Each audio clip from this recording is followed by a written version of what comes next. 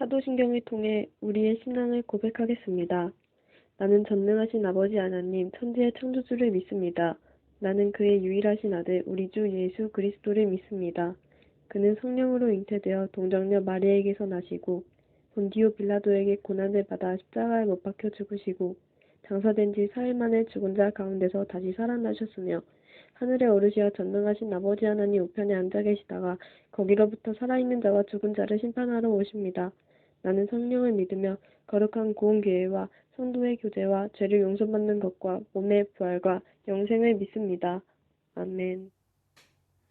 안녕하세요. 우리 슈크림 청소년부 여러분, 예수님이 부활하셨습니다. 만세! 네, 오늘 우리 부활하신 예수님을 기뻐하며 우리 다 같이 찬양하며 또 오늘 예배드리도록 하도록 하겠습니다. 우리 주의 이름 높이며 우리 다 같이 찬양하도록 하겠습니다.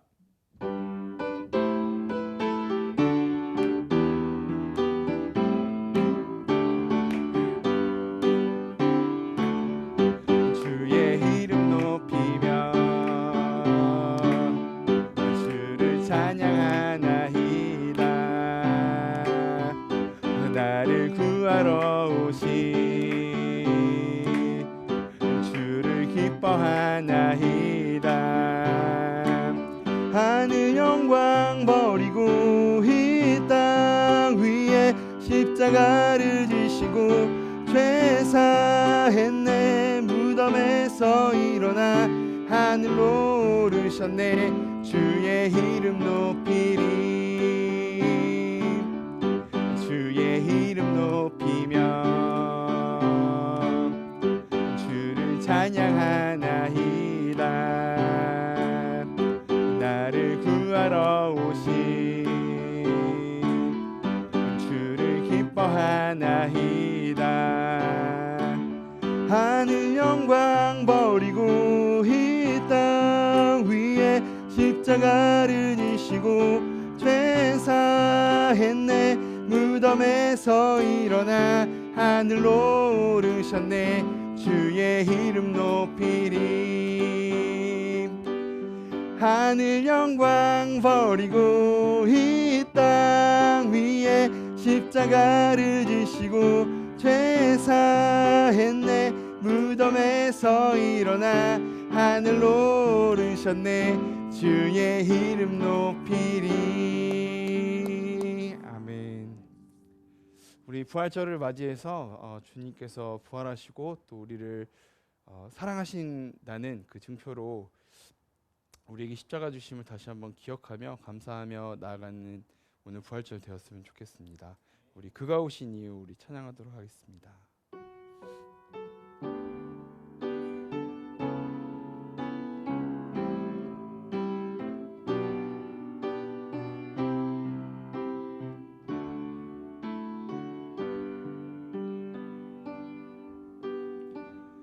이 세상 가장 아름다운 순종의 눈물, 온 세상 다시 빛나게 한 생명의 눈물,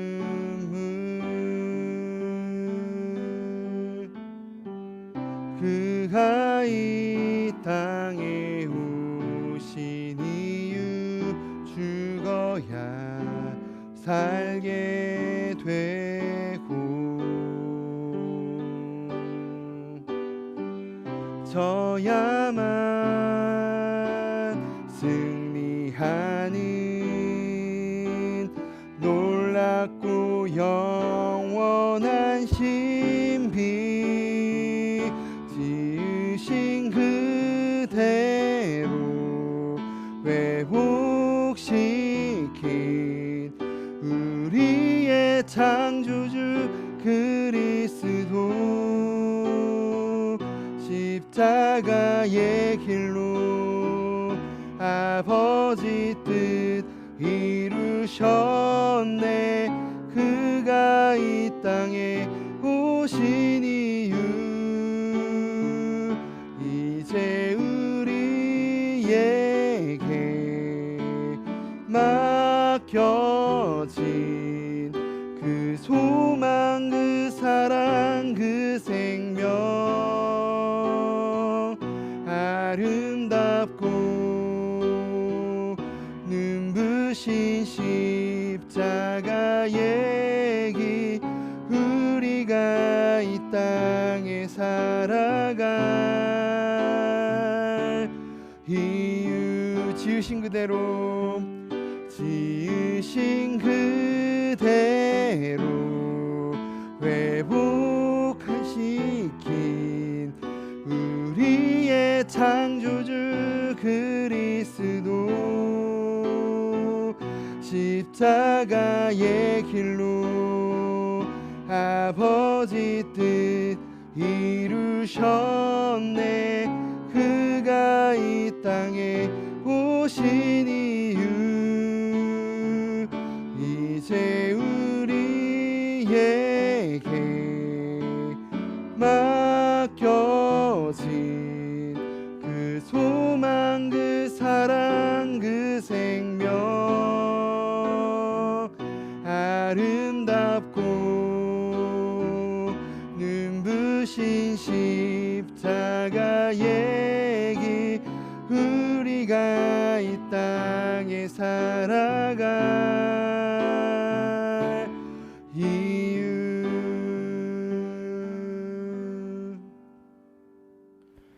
하나님 아버지 감사합니다. 이번 한 주는 부활주일입니다. 예수님이 부활하신 그날을 기억하며 이번 한 주도 잘 살아갈 수 있게 도와주세요. 요즘 코로나19로 인해 집에서 시간을 보내는 친구들이 많습니다. 그럼에도 불구하고 기도와 찬양으로 주님을 의지하며 살아갈 수 있게 붙잡아 주시옵소서. 주님 아버지, 이렇게 어려운 상황 속에서도 주님께 예배드릴 수 있게 해주심에 감사합니다. 또한 어서 속히 교회에서 모두 모여 예배드릴 수 있도록 주님 아버지 도와주세요. 이 모든 말씀 모두 감사드리며 예수님의 이름으로 기도드렸습니다. 아멘. 오늘 우리에게 주신 말씀은 고린도전서 15장 20절에서 26절입니다. 신약성경 282페이지입니다. 다 찾으셨으면 합독하도록 하겠습니다. 그러나 이제 그리스도께서 죽은 자 가운데서 다시 살아나사 잠자는 자들의 첫 열매가 되셨도다. 사망이 한 사람으로 말미암았으니 죽은 자의 부활도 한 사람으로 말미암는도다. 아담 안에서 모든 사람이 죽은 것 같이 그리스도 안에서 모든 사람이 삶을 얻으리라. 그러나 각각 자기 차례대로 되리니 먼저는 첫 열매인 그리스도요, 다음에는 그가 강림하실 때에 그리스도에게 속한 자요, 그 후에는 마지막이니 그가 모든 통치와 모든 권세와 능력을 멸하시고 나라를 아버지 하나님께 바칠 때라. 그가 모든 원수를 그 발 아래에 둘 때까지 반드시 왕노릇 하시리니 맨 나중에 멸망받을 원수는 사망이니라. 아멘. 네, 오늘은 찐 소망이라고 하는 설교 제목으로 함께 말씀을 나누어 보도록 하겠습니다. 여러분, 설사가 급한 사람이 있어요. 이 사람에게 소망이 있다면 무엇일까요? 설사가 나오기 전에 빨리 화장실에 들어가서 일을 보는 거겠죠? 만약에 화장실에 가서 누가 앉아 있다면 빨리 먼저 보는 사람이 나오는 것이 이 사람에게 가장 큰 소망이 될 것입니다. 그러면 여러분, 군인에게 있어서 소망은 무엇일까요? 하루라도 빨리 제대하는 시간이 다가오는 것, 그리고 전쟁으로 인해서 가족과 생이별을 한 이산가족에게 있어서 소망은 무엇일까요? 네, 하루라도 빨리 통일이 되는 것. 그리고 로또를 사기 위해서 줄 서는 것도 마다하지 않고 기다리는 사람에게 있어서 소망은 무엇일까요? 1등이 돼서 1억 천금을 누리는 것, 그것이 소망이 될 것입니다. 그러면 여러분들과 같이 학생이 시험 기간에 있다면 시험 기간에 있는 이 학생은 무엇이 소망일까요? 하루라도 빨리 시험이 끝나는 것이 소망이 될 것입니다. 자, 그렇다면 예수님을 믿고 따른다고 하는 그리스도인들에게 있어서 소망은 무엇일까요? 그리스도인에게 있어서 정말 가져야 하는 찐 소망이 있다면 과연 무엇일까요? 오늘 이 질문에 대한 대답을 함께 말씀을 통해 찾길 소망합니다. 오늘 무슨 날이죠? 네, 그렇습니다. 부활절입니다.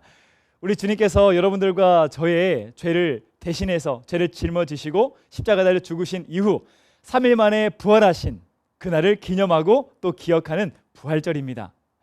이날은 우리가 일제강점기 시절에 이 천황이었던 히로히토가 온전히 항복한다라고 하는 그 라디오 음성을 듣고 대한민국 사람들이 길거리에 나와 대한독립 만세라고 외쳤던 그 순간과 똑같이 우리 역시 만세라고 기쁨의 소리를 외칠 수 있어야 됩니다. 왜냐하면 우리가 그동안 죄의 억압에서 죄의 그 지배에서 사망의 그 권세 아래서 고통받았지만 우리 주님께서 십자가에 달려 죽으시고 부활하심으로 말미암아 우리에게 그 죄의 억압의 독립을 선언해 주셨기 때문입니다. 때문에 여러분들이 무엇을 어떻게 느끼고 있든지 간에 우리는 말씀을 나누기 전에 먼저 할렐루야를 함께 찬양해야 되겠습니다. 여러분 그 자리에서 함께 우리 따라하길 소망합니다. 우리 주 예수 그리스도, 우리 주 예수 그리스도 만세! 만세! 만세! 예. 여러분 그 자리에서 따라했죠? 예, 맞습니다. 이렇게 우리가 주 예수님의 부활하심을 기억하면서 함께 만세를 불렀어요. 함께 기쁨을 나눴어요. 그렇지만 지금 영상을 보고 있는 많은 친구들 중에 어리둥절하는 친구들이 분명히 있을 거예요. 부활절이 대체 나에게 무슨 상관이 있는 거야? 부활절이 내게 주는 그 기쁨이 뭐야? 부활절이라고 다른 날과 과연 다른 게 뭐야? 라고 그런 생각을 하는 친구들이 있을 거예요. 그렇게 만약에 여러분들이 느끼고 있다면 세 가지로 그 이유를 추려볼 수가 있습니다. 첫 번째 이유는 우리 주 예수님께서 부활하심으로 말미암아 우리에게 주신 그 부활의 그 기쁨과 그 행복, 그 즐거움을 여러분들이 제대로 알고 있지 못하다는 거예요. 그리고 두 번째로는 우리가 지금까지 하나님 앞에 원수된 존재로서 얼마나 죄의 억압을 받고 있고 얼마나 이 사탄의 그 권세 아래 놓여 있었던 자유를 빼앗긴 존재였던 사실을 여러분들이 모르고 있다는 거예요. 그리고 세 번째로는 가장 안타까운 이유지만 여러분들이 예수님을 믿지 않는다는 것입니다. 내가 예수님을 믿는다고 착각하고 있지만 실질적으로 나의 마음은 정말 예수님 믿지 않기 때문에 그 부활이 나와 아무 상관이 없다고 생각이 든다는 것입니다. 그래서 오늘 우리에게 주신 이 말씀을 통해서 우리가 다시 한 번 더 결단하기를 원합니다. 정말 예수님께서 내게 주신 그 부활이 대체 나에게 어떤 기쁨을 주는가, 나에게 어떤 의미를 주는가 우리가 다시 한 번 더 생각하고 그리고 그 부활의 소망을 우리가 다시 한 번 더 회복하여서 정말 귀하고 소중한 시기를 살아가는 여러분들이 오직 주 예수님만을 바라보고 우리 주 예수님께서 정말 주고자 했던 그 부활의 소망을 가득 안고 정말 세상 사람들과 완전히 구별된 진짜 소망을 붙들며 살아가는 정말 저와 여러분들 다 되시기를 주님의 이름으로 축복합니다. 오늘 우리에게 주신 말씀을 보게 되면 성경은 우리에게 주 예수님께서 이와 같이 부활하셨다고 말씀해주고 있습니다. 함께 읽어볼까요? 고린도전서 15장 20절 말씀입니다. 같이 읽겠습니다. 시작. 그러나 이제 그리스도께서 죽은 자 가운데서 다시 살아나사 잠자는 자들의 첫 열매가 되셨도다. 우리 주님은 분명히 죽으셨어요. 여러분들과 저의 죄를 짊어지시고 그 죄와 함께 죽으셨어요. 숨이 끊어졌어요. 그런데도 불구하고 성경은 우리에게 말합니다. 예수님께서는 죽은 자 가운데서 다시 살아나셨다. 그리고 그 부활의 첫 열매가 되셨다 라고 우리에게 말씀해주고 있다는 것입니다. 여러분들은 죽음에 대해서 얼마나 많이 묵상을 해봤습니까? 죽음에 대해서 얼마나 깊이 여러분들 생각을 해보셨어요? 사실 아동부 시절을 먼저 지나면서 한 5학년? 빠르면 3학년 정도가 되면 이 죽음에 대해서 많이 생각을 하게 돼요. 왜냐하면 아무 생각 없이 그냥 칠레레 팔레레 아주 즐겁게 살다가 보니까 자꾸 주변에 있는 사랑하는 사람들이 죽기 시작하거든요. 그러다 보면은 죽음을 더 묵상하게 되면 내가 정말 사랑하는 우리 아빠 엄마도 죽을 수가 있겠구나 라는 생각까지 미치게 됩니다. 그리고 그 생각을 넘어서서 나라고 하는 존재도 언젠가는 죽을 수도 있겠구나 라는 생각까지 미치게 되죠. 그러면서 많은 친구들이 막 우울에 빠지기도 해요. 막 걱정 근심에 빠지기도 해요. 그리고 아빠 엄마가 죽을 수 있다는 생각에 막 굉장히 절망 가운데 사는 친구들도 제가 아동부 사역을 하면서 보게 되었습니다. 그래요. 죽음이라고 하는 것은 우리에게 정말 큰 아픔과 상실을 안겨주기 마련입니다.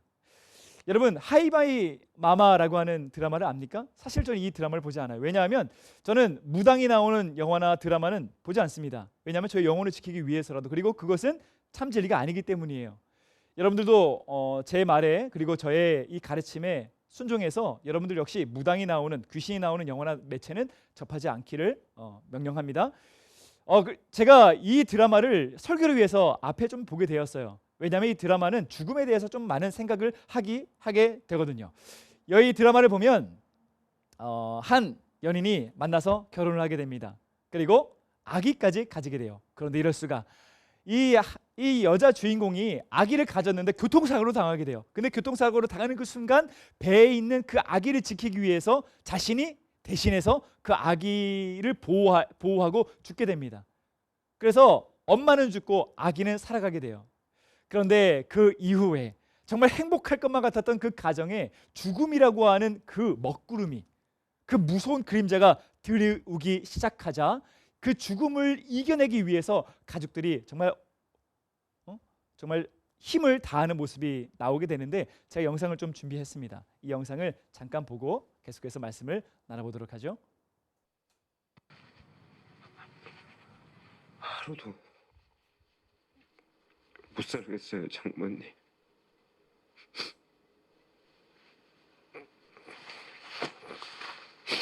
이게 숨이 잘 안 쉬어요.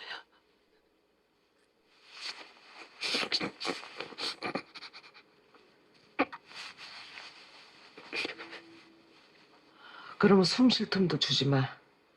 일하고 애 보고 그렇게 정신없이 오늘 하루만 살아.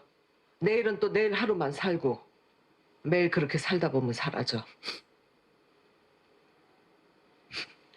견뎌져.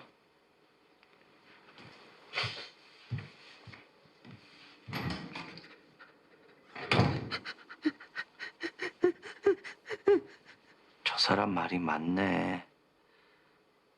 저 사람은 자네 또 나쁜 생각할까 봐. 자네한텐 서우가 있어야 돼. 그래야 자네가 살겠어.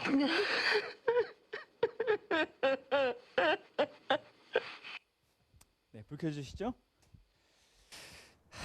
참 가슴 아프죠? 그렇습니다. 죽음은 무서워요. 죽음은 슬픕니다. 죽음은 우리에게 많은 것을 앗아가 버립니다. 그래서 어찌 보면 죽음은 향방 없는, 방향이 없는, 그리고 닥치는 대로 다 흡수해 버리는 자비 없는 청소기와 같다고 생각이 들게 됩니다. 그 죽음이 갑자기 우리에게 찾아오게 되면은 우리는 많은 상실과 아픔과 고통 속에 빠지게 되죠. 그러나 우리 인간이라면 하나님께서 우리에게 주신 그 형벌로 인해서 어느 누구나 다 죽게 됩니다. 그런데 오늘 성경 말씀을 보게 되면 예수님은 그 죽음 가운데서 다시 살아나셨다라고 말씀해주고 있습니다. 아주 놀라운 말씀이죠. 그런데 그 이후에 또 우리가 봐야 될 말씀은, 그렇게 예수님은 죽음을 이기시고 죽은 자 가운데서 살아나셨다. 그리고 그 그리스도께서는 그 죽은 자 가운데서 다시 살아나신 자들의 첫 열매가 되셨다라고 우리에게 말씀해주고 있습니다. 여러분, 첫 번째 열매가 있다는 것은 또 뭐가 있다는 거예요? 두 번째, 세 번째 열매가 있다는 것입니다. 그리고 계속해서 성경은 우리 역시 예수님과 함께 그 죽음을 이기기 위해서는 이와 같이 하라고 계속해서 말씀해주고 있습니다. 같이 고린도전서 15장 22절을 읽어보도록 할게요. 같이 읽겠습니다. 시작. 아담 안에서 모든 사람이 죽은 것 같이 그리스도 안에서 모든 사람이 삶을 얻으리라. 아멘. 모두 다 죽는데 그리스도와 함께 살아낼 수 있는 자가 있다. 그런데 그 사람은 그리스도 안에 있는 사람이다 라고 말씀해주고 있습니다. 여러분, 그리스도 안에 있다는 것은 무엇을 의미하는 것일까요? 주 예수님께서는 자신을 정의하실 때 자신을 포도나무에 비유해서 말씀하신 적이 있으시죠. 그리고 우리 보고 우리는 뭐와 같다고 말씀해 주셨습니까? 가지와 같다고 말씀해 주셨어요. 그리고 예수님 안에 거한다는 것은 너희들 그 가지가 영양분을 받을 수 없는 상태로 그냥 메말라 버리고 죽지 말고 나에게 젖붙임을 받아라 라고 하는 것입니다. 그러면 세상의 자양분 아니면 아무런 자양분 없이 그냥 썩고 메말라가는 것이 아니라 나에게 젖붙임 당하면 내가 너희들에게 자양분을 주겠다라고 예수님께서는 말씀해 주셨습니다. 그래서 우리가 예수님 안에 거한다는 것은 우리의 모든 그 마음과 우리의 모든 그 꿈을 다 예수님 그 나무에 젖붙임을 하는 거라고 말할 수 있겠어요. 그래서 우리는 예수님 앞에 그 젖붙임을 하고 난 다음은 이렇게 고백하는 것입니다. 예수님은 나의 왕이십니다. 예수님은 나의 주인 되십니다. 오직 예수님의 말씀만이 내 삶의 참 진리가 되십니다 라고 그렇게 고백하는 것과 같다는 것이죠.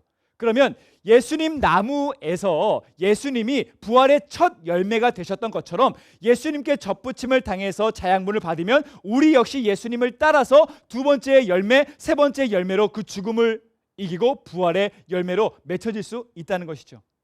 이것은 우리에게 엄청난 은혜를 주는 말씀이에요. 우리가 예수님 안에 거한다면 우리는 죽음을 이길 수 있다는 것입니다. 죽음을 이겨서 우리가 부활의 열매가 되어 하나님께서 베풀어 주시는 그 영원한 나라에서 기쁨 가득한 삶을 우리가 살아갈 수 있다는 것이기 때문입니다. 전사님 아내는 청년 때 아주 슬픈 일을 겪은 적이 있어요. 아내가 청년부 시절에 아주 믿고 따랐던 청년부 목사님이 있었습니다. 그런데 이 목사님이 그 교회에서 사역을 다 마치시고 다음 사역지로 이제 옮기게 되었어요. 그래서 이 목사님은 가족들과 함께 사모님과 그리고 두 아들과 함께 여행을 떠나게 되었습니다. 그런데 안타깝게도 그 여행하는 그 순간에 이 목사님이 차에서 떨어져서 그렇게 젊은 나이에 하나님 품으로 떠나가게 되었어요. 그 이후 성큼 다가온 그 죽음이라고 하는 그 그림자 때문에 이 가정은 아주 어려운 위기에 처하게 됩니다. 사모님은 이 두 아들을 살려내기 위해서 정말 갖은 노력을 다하면서 살아가게 되었어요. 그런데 매 순간 문득 찾아오는 그 고통은 뭐냐면 사랑하는 내 남편이 나와 함께하지 않는다는 거예요. 더 이상 내 남편을 안을 수 없고 내 남편의 음성을 들을 수 없기 때문에 날마다 눈물 지으며 살아가게 되었습니다. 저기 중간에 있는 저분이 저 사모님이에요. 그래서 함께 식사했던 그 순간인데 저 사모님이 이후에 최근에 CTS였나? CTS에서 나와서 방송을 했던 그 순간이 있습니다. 제가 잠깐 그 영상을 좀 가지고 왔는데 우리 사모님이 어떻게 그 어려움을 이겨냈는지 잠깐 영상을 통해 보고 오겠습니다.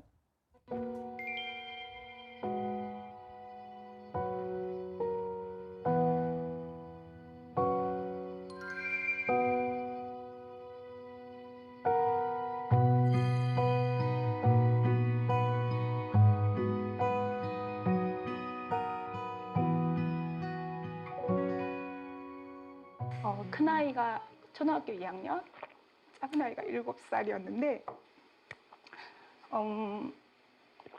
이제 그 상황에서 이제 아빠는 안 죽을 거라고 생각을 했던 거예요. 그랬다가 이제 이런 상황이 됐잖아요. 되고 나서 아이들이 저를 위로해 준 거예요. 엄마, 아빠 천국에서 만나면 되잖아. 이렇게 저한테 위로를 해주어서 이제 저는 사실 천국은 머리로만 알고 있었어요. 남편이 그런 일이 있기 전에는 머리로만 알고 있었는데 그 아이들을 통해서 가슴으로 이제 그 천국이 깨달아지는 거예요. 그래서 초등학교 때는 친구들이 이제 집에 막 놀러 오잖아요. 그러면 너희 집은 왜 엄마랑 너네 3명밖에 사진이 없어? 막 이렇게 얘기를 하면 우리 아빠 천국 가셨는데? 이렇게 그렇게 얘기를 하고 그게 저한테는 사실 되게 많이 위로가 됐었어요. 그래도 아이들이 어렸을 때부터 교회를 다녔죠? 저희 남편이 이제 목사님이었으니까 네, 목사였으니까 이제 어릴부터 교회를 다녀서 그 천국을 소망한다는 거 그게 너에게 그게 있는 너무 거죠. 너무 정말 감사했어요. 어린아이가 네, 불쾌해 주시죠? 그렇습니다. 여러분들이 어려서 아직 잘 모를 수도 있어요. 그렇지만 주 예수님께서 십자가의 그 사역을 통해 우리에게 주신 그 부활의 소망, 그 부활해서 하나님 나라에서 영원토록 살 수 있는 그 소망은 우리가 어떠한 것으로도 비교할 수 없는, 설명할 수 없는 무궁한 은혜가 되는 것입니다. 그래서 내가 사랑하는 그 사람과 다시 만날 수 있다는 것, 다시 대화할 수 있다는 것, 그 하나님 안에서 정말 큰 기쁨을 누리면서 그 천국의 삶을 살아갈 수 있다는 것, 그것은 정말 세상은 결코 설명도 이해도 할 수 없는 무궁한 은혜와 그 기쁨을 우리에게 줄 수 있다는 것입니다. 그러므로 여러분들 이 부활의 소망을 붙잡으십시오. 주 예수님께서 나에게 주기 위해서 저 하늘 보좌를 버리시고 이 땅에 오심으로 죽으시기까지 순종하심으로 주신 그 부활의 소망을 붙잡으십시오. 그러면 여러분들은 이 세상에서 가장 큰 기쁨을 소유하면서 살아갈 수 있게 될 것입니다. 여러분들은 이제 좀 많이 성장을 했기 때문에 이 천국에 대해서 좀 더 신학적으로 우리가 좀 생각을 해보고 또 고민을 해봐야 되겠어요. 이어서 성경은 우리에게 그 부활에 대해서 차례가 있다고, 순서가 있다고 계속해서 말하고 있습니다. 우리 고린도전서 15장 23절 말씀입니다. 같이 읽어볼게요. 읽겠습니다. 시작. 그러나 각자 자기 차례대로 되리니 먼저는 첫 열매인 그리스도요, 다음에는 그가 강림하실 때에 그리스도에게 속한 자요. 순서가 있어요. 먼저 예수님께서 그 부활의 첫 열매가 되신다는 거예요. 그 다음에 언제 예수님께 속한 자들이 부활의 두 번째, 세 번째 열매가 된다고 말씀하십니까? 예수님께서 강림하실 때에, 이 강림은 예수님께서 다시 이 땅에 오실 그때에 두 번째, 세 번째 부활의 열매가 열릴 수 있다는 것입니다. 여러분, 천국은 어떤 곳이에요? 천국은 무엇입니까? 천국은 말 그대로 한자를 풀어보면 하늘천, 나라국 해서 하늘나라라고 말을 합니다. 성경에서는 하나님을 하늘로 표현할 때가 아주 많이 있어요. 그래서 이 하늘나라는 하나님이 계신 곳을 뜻하는 것입니다. 그리고 누가복음에서는 이 천국을 하나님의 나라라고 말을 하고 있죠. 여러분, 이 하나님의 나라는 무엇일까요? 우리가 장차 죽으면 우리의 영혼이 나아가는 곳이 바로 천국일까요? 우리는 이제 좀 더 성장해서 이 천국에 대한 정의를 내릴 수 있어야 합니다. 하나님의 나라, 천국은 우리가 가는 것이 아니에요. 성경 말씀 그대로 우리가 표현한다면 하나님의 나라는 임하는 것입니다. 하나님의 나라는 우리에게 찾아오는 것입니다. 하나님의 나라는 우리가 살아내는 것입니다. 주 예수 그리스도를 믿는 사람에게 하나님의 나라는 찾아오는 거예요. 그래서 주 예수 그리스도를 믿는 사람은 오늘 하루, 내일을, 이 천국을 살아내는 사람입니다.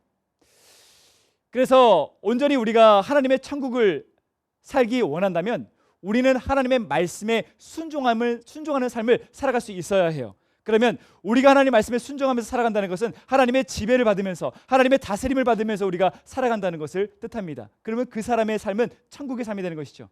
우리 가연이가 지금 집에서 어제와 같이, 엊그제와 같이 빈둥빈둥 대면서 침대에 뒹굴뒹굴 대면서 유튜브에 빠져서 살 수도 있었어요. 지낼 수도 있었어요. 그런데도 불구하고 오늘 이 예배를 위해서, 오늘 주어진 이 반주를 위해 연습을 했어요. 그리고 이 시간, 먼 길을 와서 이 시간, 이 마음을 구별하여서 오늘 예배를 위해 피아노로 반주를 했습니다. 그리고 여기 앉아가지고 마스크 쓰고 설교를 아주 잘 듣고 있어요. 지금 가연이가 왜 쉴 수도 있는데 불구하고 이 자리에 나와서 예배를 드리는 것입니까? 이 자리에 나와서 왜 자기의 재능을 통해서 하나님께 쓰임받고 있습니까? 하나님을 믿기 때문에, 하나님을 따르기 때문에, 하나님의 다스림을 받고 있기 때문에 지금 가연이는 세상 사람은 조금 더 이해할 수 없는 지금 이 자리에 나와서 하나님께 쓰임받고 있는 것입니다. 그러면 지금 가연이는 누구의 다스림 받고 있는 거예요? 하나님의 다스림 받고 있는 것입니다. 그러면 지금 가연이는 어디를 살고 있는 거예요? 지금 가연이는 지금 천국을 살고 있는 거예요. 하나님의 다스림 받고 있는 거예요. 하나님의 나라를 살고 있는 거예요. 그래서 세상이 줄 수 없는 기쁨을 우리가 누리게 된다는 것이죠. 그리고 우리 승현쌤 역시 이 자리에 나와서 이렇게 쓰임을 받고 있는 것입니다.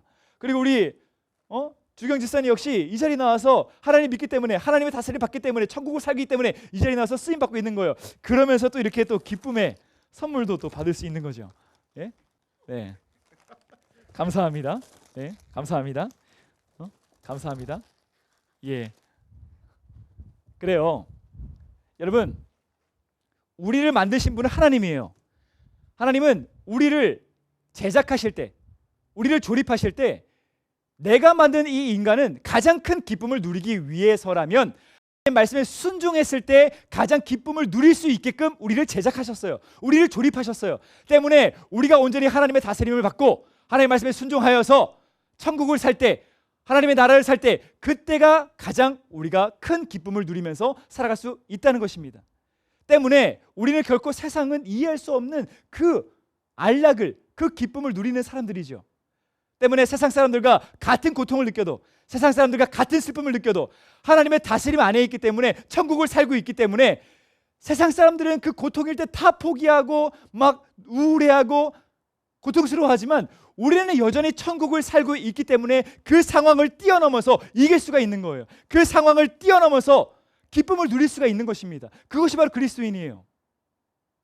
그러므로 천국이란 우리가 죽어서 가는 것이 아니에요. 예수 그리스도를 믿음으로 말미암아 지금도 살고 있는 곳이 바로 천국이고, 우리가 죽음 이후에도 여전히 하나님의 다스림을 받으면서 살아가는 것이 바로 천국이라는 것입니다. 그러면 저에게 이런 질문을 할 수도 있어요. 전사님 좋아요.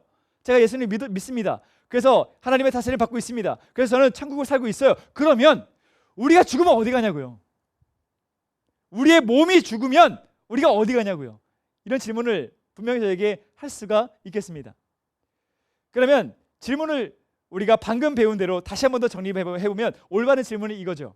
우리가 육신이 살아있을 때 역시 하나님 다스림 안에서 천국을 살았습니다. 그러면 우리의 육신이 죽고 난 이후에도 여전히 우리는 하나님의 다스림을 받을 수 있는 것입니까? 하나님의 다스림을 받음으로 인해서 우리의 육신이 죽어도 천국을 살 수 있습니까? 이것이 올바른 질문이겠죠. 거기에는 yes라고 말할 수 있습니다. 여전히 우리가 몸이 죽고 난 이후도 하나님의 다스림을 받는 거예요. 천국을 살 수 있는 것입니다. 그런데 우리가 죽고 난 다음에 우리가 늘 생각했던, 우리가 늘 믿어왔었던, 이해해왔었던 그 천국을 우리가 과연 갈 수 있느냐 하는 것입니다. 우선 결론부터 이야기하면 갈 수 있어요. 그렇지만 우리가 늘 죽으면 가는 그 천국을 다시 한번 더 정의할 필요는 있겠습니다. 예수님께서 우리의 죄를 대신해서 십자가에 달려 죽으실 때 예수님 좌우편에 누가 있었죠? 강도들이 예수님과 함께 십자가에 달려 처형을 당하고 있었죠. 그래서 어느 누구인지 몰라요. 왼쪽인지 오른쪽인지 몰라요. 근데 우리가 잘 이해하기 편하기 위해서 우편의 강도라고 이야기합니다. 근데 우편의 강도는 이렇게 이야기하죠. 주 예수요, 주 예수님의 나라가 이 땅에 임할 때에 나도 당신과 함께 있길 원합니다 라고 하면서 죽음 직전에 예수님을 믿게 됩니다. 그러자 예수님께서 이렇게 말씀하셨어요. 누가복음 23장 43절 말씀입니다. 같이 읽을게요. 시작.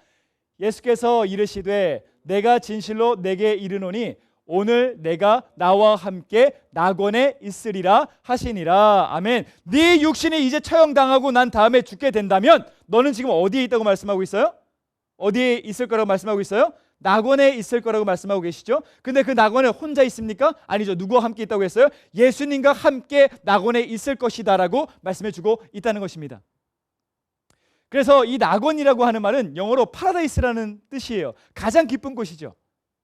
우리는 이 말씀의 기준에서 봤을 때 우리가 늘 인지하고 생각했던 그 천국, 바로 이 낙원과 같은 의미다, 같은 정의를 갖고 있다 정도로 우리가 이해할 수 있겠습니다.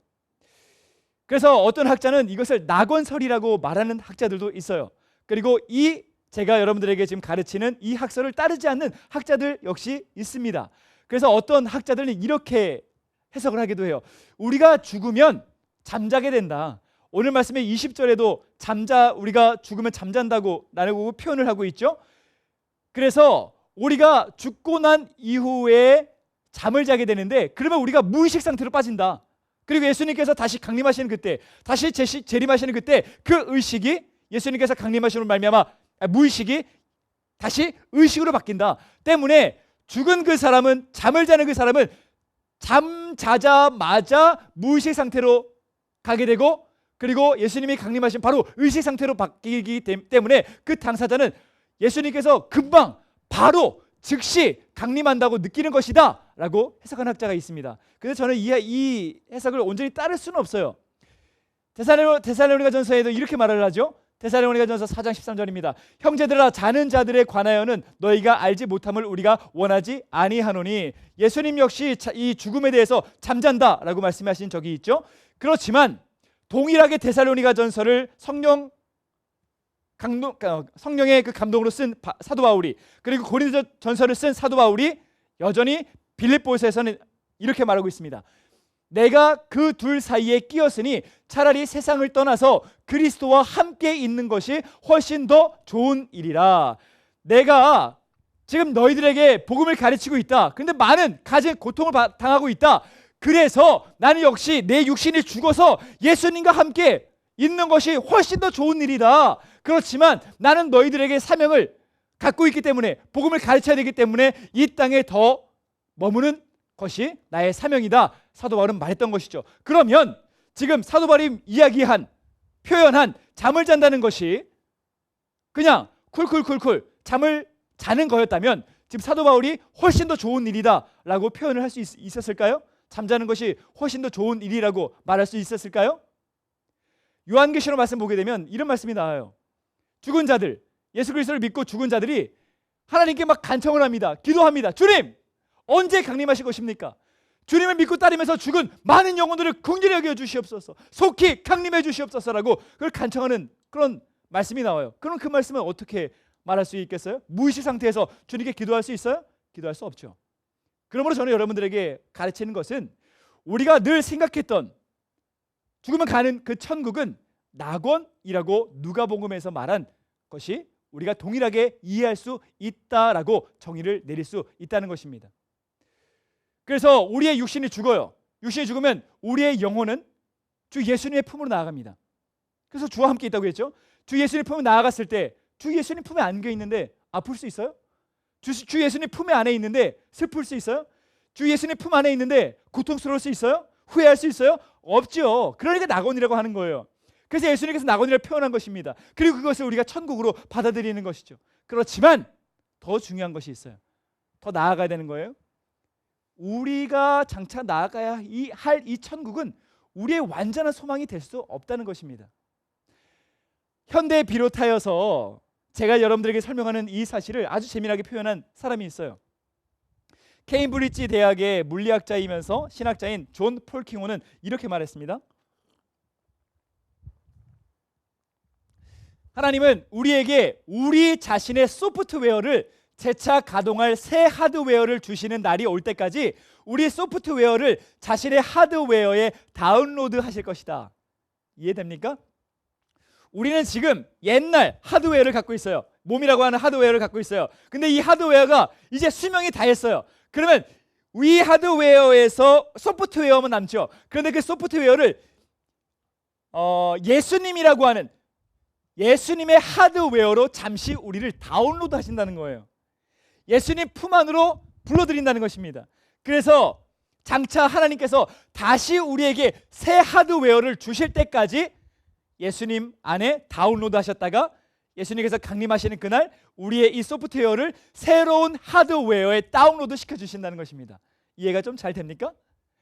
그래서 우리가 지금 입고 있는 이 옛날 하드웨어, 옛 몸, 올드 바디, 이것은 고장이 나요. 시간이 지나면 막 발열이 심해져서 수명이 다합니다. 계속해서 가동하면 퐁! 하고 터질 수밖에 없어요. 그렇지만 이 하드웨어가 부서지면 예수님께서는 자신으로 다운로드해요. 그리고 예수님께서 강림하시는 그날 우리에게 새 하드웨어를 주신다는 거예요. 그런데 이 새 하드웨어라고 하는 새로운 몸은 올드 바디처럼 부서지지 않아요. 고장나지 않아요. 발열이 심하지 않습니다. 영원토록 구동해도 조금도 변함이 없어요. 영원토록 구동해도 고장이 나지 않아요. 바이러스에 침투가 되지 않습니다. 그것이 바로 새 몸이라고 하는 거예요. 새 하드웨어라고 하는 거예요. 그리고 그것이 예수님께서 다시 강림하시는 그날 우리가 그 새 몸을 입게 된다는 것입니다. 왜 그렇게 자신할 수 있느냐? 예수님께서 보여주셨어요.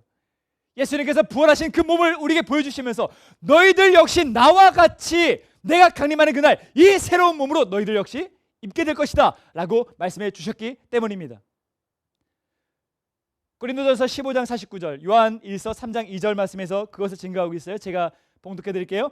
우리가 흙에 속한 자의 형상을 입은 것 같이 또한 하늘에 속한 이 예수님의 그 형상을 입으리라. 그가 나타나시면 우리가 예수님과 그와 같을 줄을 아는 것은, 아멘, 정도의 차이는 있겠죠. 예수님께서 변화산 가운데 우리에게 보여주셨던 그 몸은 어떤 몸입니까? 찬란히 빛나는 몸. 하나님 나라에 거할 수 있는 그 몸을 우리가 입게 된다는 거예요. 그 몸을 하나님께서, 예수님께서 강림하시는 그날 새로 하드웨어로 우리에게 선물해 주신다는 것입니다.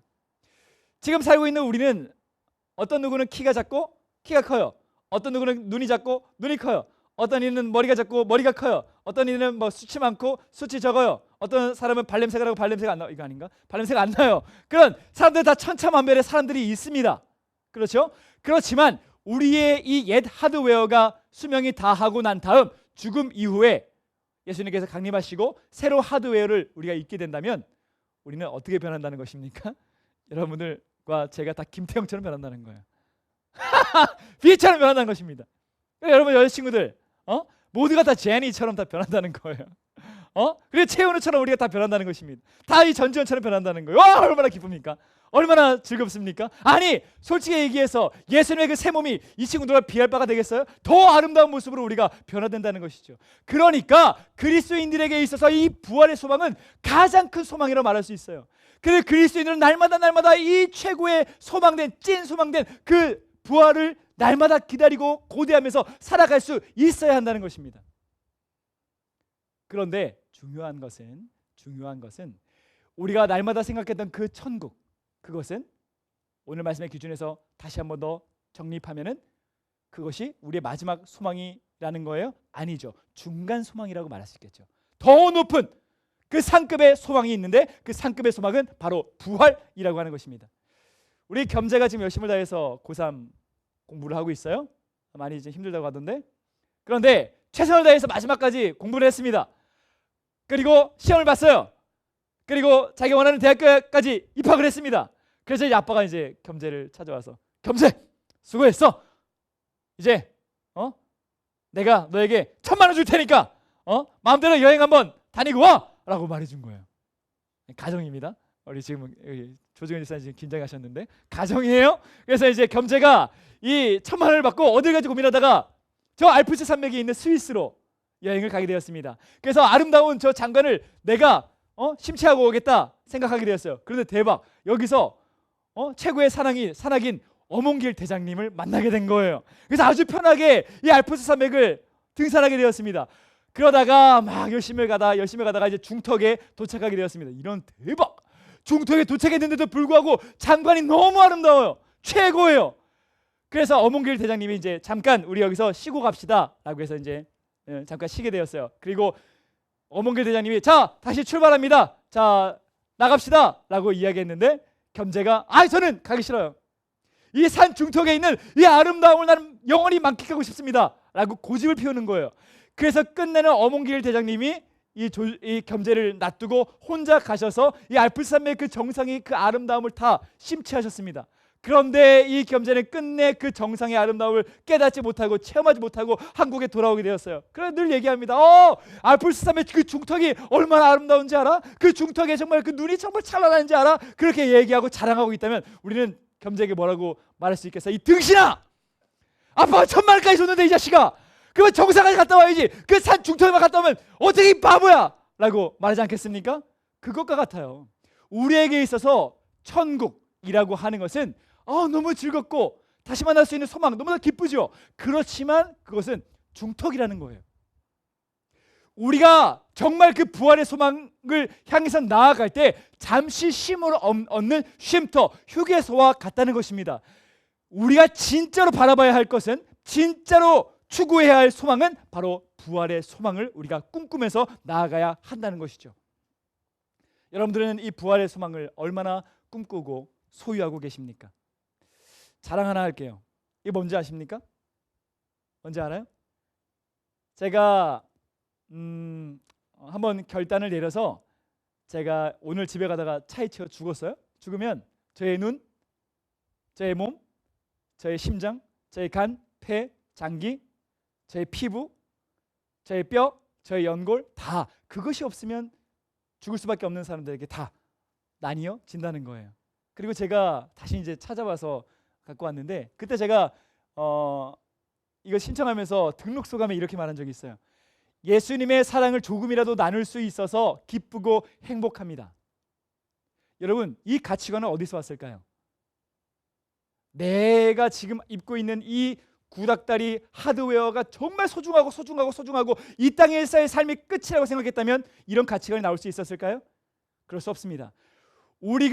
내가 살아가는 이 땅에서의 삶이 끝이 아니고 그 죽음은 새로운 시작이 되며 그 죽음 이후에 우리가 바라보는 그 부활의 소망을 갖고 있다면 우리 가치관 완전히 변하게 돼요.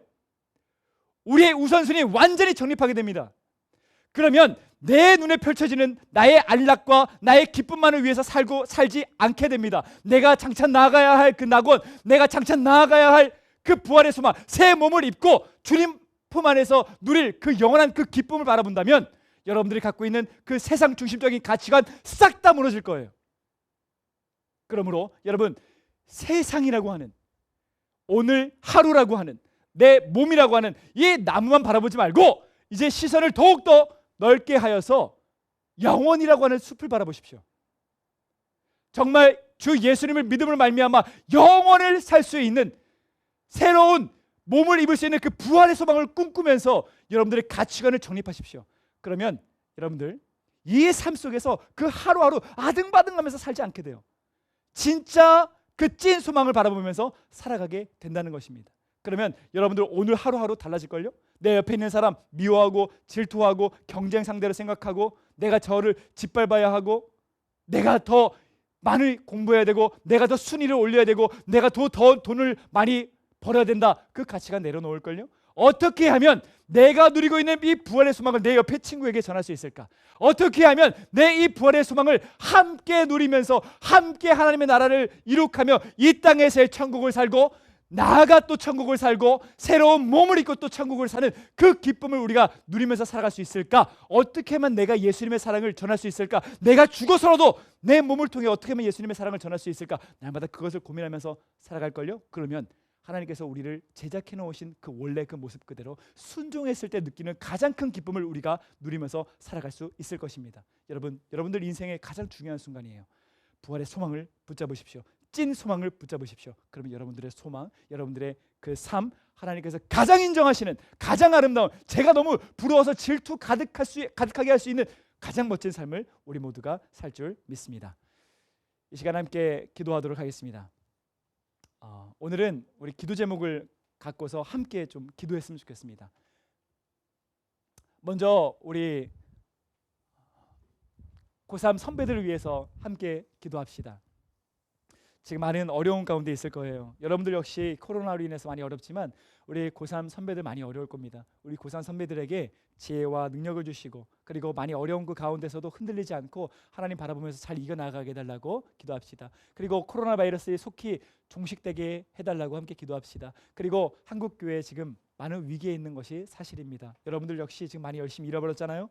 우리 한국교회 하나님께서 지켜달라고 함께 기도합시다. 그리고 여러분들이 지금 속해 있는 그 학교 안정화를 위해서 함께 기도합시다. 우리 주여 한번 부르고 여러분들 있는 그 자리에서 기도하도록 하겠습니다. 기도합시다. 주여, 사랑하는 아버지 하나님, 주님 사랑하는 우리 고3 친구들 주님 붙잡아 주시옵소서.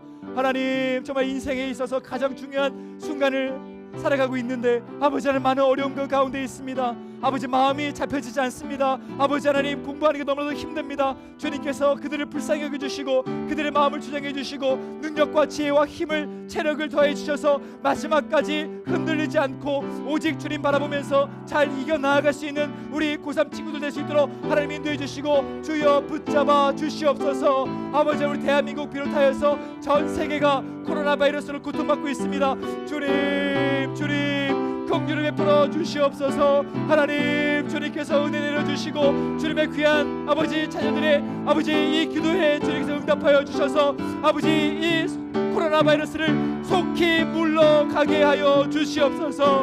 우리에게 은혜를 내려 주시옵소서. 은총을 베풀어 주시옵소서. 그래서 우리가 다시 한 번 더 살을 맞대며 서로를 안고 서로 손잡으며 함께 기도하고 사랑하는 그 날이 속히 올 수 있도록 하나님 도우시고 은혜를 내려 주시옵소서. 하나님, 우리 한국교회가 지금 위기 가운데 있습니다. 아버지, 더욱더 모이기 힘써야 하는 교회가 아버지, 저는 더욱더 나뉘고 더욱더 나아가지 못하고 더욱더 아버지 하나님 사랑을 나누지 못하고 있습니다. 아버지 이 기간 한국교회가 잘 이겨나갈 수 있도록 우리에게 힘을 더하여 주시옵소서. 우리에게 아버지 더욱더 믿음 굳건히 지켜주셔서 오직 주님 위해서 마음껏 살아갈 수 있는, 마음껏 쓰임받을 수 있는 우리 모두 한국교회 될 수 있도록 하나님 도우시고 주여 붙잡아 주시옵소서. 아버지 우리 아버지 친구들 속해 있는 학교 주님께서 붙잡아 주시옵소서. 속히 안정화를 허락하여 주시옵소서. 온라인 개강을 통하여서 공부하고 있습니다. 아버지 하나님 그 학교에 선생님들 지혜를 주시고 힘을 주시고 우리 아이들 역시 더욱더 열심히 하고자 하는 아버지 그 열심을 주셔서 이 기간 열심을 다해 공부하며 훈련받으며 성장할 수 있는 우리 모든 아이들, 우리 모든 학교들 될 수 있도록 하나님 인도해 주시고 주여 붙잡아 주시옵소서. 아버지여 감사합니다. 주여 감사합니다. 하나님 아버지, 그리스도인들이 가장 기뻐하고 즐거워해야 하는 부활절입니다. 하나님 그동안 잊고 살았던 우리가 가장 가져야 하는 그 소망을 잊어버렸던 우리를 용서하여 주시옵소서. 아버지 다시 한번 더 우리의 마음을 정립하여서 우리의 찐 소망은 부활임을 늘 기억하고 비록 이 땅에서 발을 딛고 살아가지만 영혼을 바라보며 살아갈 수 있는 우리 모두가 될 수 있도록 하나님 인도해 주시고 주여 붙잡아 주시옵소서. 우리에게 베풀어 주시는 그 십자가의 그 사랑으로 누릴 수 있는 이 부활의 소망, 주님 품 안에 그 천국의 기쁨을 누릴 수 있는 그 천국의 그 기쁨, 아버지 우리가 다시 한번 더 기억하여서 세상에 어떤 어려움이 찾아온다고 할지라도 슬픔과 우울이 찾아온다고 할지라도 아버지 그것을 뛰어넘어 날마다 하나님의 다스림을 받으며 이 땅에서의 천국을 살아가는 우리 모두가 하나님 인도해 주시고 주여 붙잡아 주시옵소서. 아버지 하나님 성전에 찾아올 수 없지만 주님의 귀한 백성들 붙잡아 주시고 인도해 주셔서 날마다 말씀으로 힘을 얻게 하시고 날마다 주님과 동행함으로 아버지 하나님 그리스도인답게 구별된 거룩한 삶을 우리 모두가 살아낼 수 있도록 하나님 인도해 주시고 주여 붙잡아 주시옵소서. 한 주간 동안 사랑하는 주님의 젊은 영혼들을 붙잡아 주시고 이끌어 주실 줄 간절히 믿사옵고 사랑하는 우리 주 예수 그리스도의 이름으로 간절히 기도드리옵나이다. 아멘. 네. 우리 주 예수님께서 가르쳐 주신 주기도문 드림으로 우리 귀한 예배 마치도록 하겠습니다. 하늘에 계신 우리 아버지, 아버지의 이름을 거룩하게 하시며 아버지의 나라가 오게 하시며 아버지의 뜻이 하늘에서와 같이 땅에서도 이루어지게 하소서. 오늘 우리에게 일용할 양식을 주시고 우리가 우리에게 잘못한 사람을 용서하여 준 것 같이 우리의 죄를 용서하여 주시고 우리를 시험에 빠지지 않게 하시고 악에서 구하소서. 나라와 권능과 영광이 영원히 아버지의 것입니다. 아멘.